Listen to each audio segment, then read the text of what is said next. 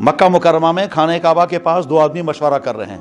مشورہ کرتے ہوئے کہتے ہیں یار نبی نے بڑا دکھ پہنچایا ہم کو, بدر میں اتنے لوگ ہمارے مارے گئے, اتنے زخمی ہو گئے, کوئی گھر نہیں ہے جس میں غم نہ ہو. کیوں غم؟ اس لیے کہ کسی گھر کا آدمی مارا گیا ہے, کسی گھر کا کوئی آدمی زخمی ہے, کسی آدمی کا آدمی گرفتار ہوا ہے, تو ہر گھر میں ماتم ہے. کتنا افسوس ہے. ایک کہتا ہے, دوسرا کہتا ہے تو ہے بکرہ کہنت کے مگر کیا کرو گے تم؟ کہتا ہے میں مدینے جا کر کے اس نبی کو ختم کر کے آؤں گا, مگر خطرہ یہ ہے کہ اگر جاؤں گا تو پتہ نہیں واپس آ سکوں گا یا نہیں. تا دینا میں واپس نہیں آنا تھا. ٹھیک, اب اگر میرے بیوی بچوں کی کفالت اور میرے بیوی بچوں کے خرچوں کا کوئی ذمہ دار بن جائے اور میرے قرضوں کی ادائیگی کی کوئی ذمہ داری لے, بگا سے بکار یہ کام پتہ تو زندہ آس یا نہ آس. اس شخص نے کہا اگر تم یہ کام کرنے کو تیار ہو, تمہارے بیوی بچوں کا بھی میں ذمہ دار ہوں اور تمہارے قرضوں کا بھی میں ذمہ دار ہوں, اور جب تک میں زندہ رہوں گا تمہارے بچوں کا خرچہ چلتا رہے گا. اگر سے یہ کام کر رکھ, اگر سے زندہ آخ واپس تیل چل مسئلہ, پھر تو کوئی مسئلہ ہی نہیں ہے. اس نے کہا بس ٹھیک تیل گو وعد اصل پر وعد, میں جاؤں گا اس نبی کو نعوذ باللہ بن ذالک خاکم بدہن قتل کر کے آؤں گا. اگر زندہ واپس وہ تو گو ٹھیک, اگر نہ مین بچے حوالے, میرے بچے تمہارے حوالے ہیں اور میرا قرضہ بھی تمہارے حوالے ہے. ٹھیک, تو کہتے ہیں بھائی ہے اصل وعد تھا اصل بیٹا. یہ دو آدمی جو بات چیت کر رہے ہیں, ایک کا نام ہے صفوان اور دوسرے کا نام ہے عمیر ابن وہب. یہ اس سے کہتا ہے بش ذمہ دار, تمہارے بچوں کو تمہارے قرضوں کو میں ادا کروں گا اگر تم یہ کام کرتے کرتے وہاں تم مر گئے, اور اگر تم زندہ واپس آ گئے تو پھر تمہارے بچے تمہارے حوالے ہیں.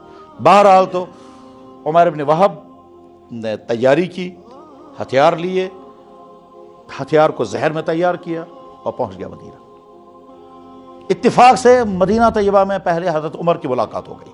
حضرت عمر تھے, انہیں دیکھ کے پہنچا تو انہیں چاہے بتل چب آسان کہتا ہے گڑبڑ, کہاں سے ہو؟ کہ جی مکہ شریف سے. یہاں کیوں آئے ہوں؟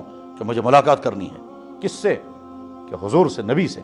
اچھا, کہا یہ تلوار یہاں رکھ دو, ہتھیار بھی یہاں رکھ دو, اس کے بعد آگے جا سکتے. اس نے کہا ٹھیک واپس. اس سے ذہن میں پلان بنایا, اگر میں منع کروں گا یہ مجھے آگے جانے نہیں دیں گے, اور ہے یہ عمر, یہ کوئی عام آدمی نہیں ہے, اس لیے بجائے اس کے کہ میں اس سے الجھوں گا, میں کہوں گا جناب بالکل یہ لے لو, اس کو اعتماد پیدا ہو جائے گا. میں جب آگے جاؤں گا ملاقات کروں گا, اتھاب اثر پر آئے وچت, میں سارا کچھ دیکھ کر کے آؤں گا اور یہاں سے ہتھیار لوں گا, دوسرے راستے سے جا کر کے اپنا کام کروں گا. یہ اس نے ذہن میں پلان بنایا. بہرحال پہنچا وہ حضور کی خدمت میں اور جا کر کے عرض ملاقات. حضور نے فرمایا ہاں جی کون ہو, کہاں سے آئے؟ کہ جی مکہ شریف سے آیا. کون؟ عمیر ابن وہب.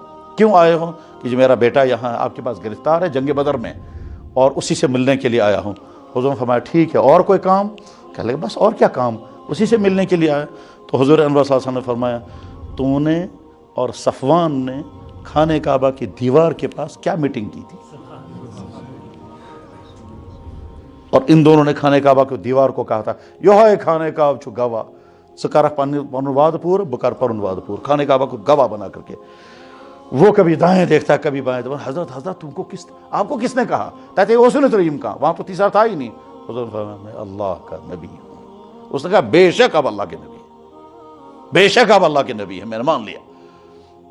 اب مان سے دبن حضرت وہ میرا بچہ ہے. دبن صحابہ کو بلایا کہ لگا اس کو بھی رخصت کر دو, اس کا بچہ بھی ساتھ کر دو.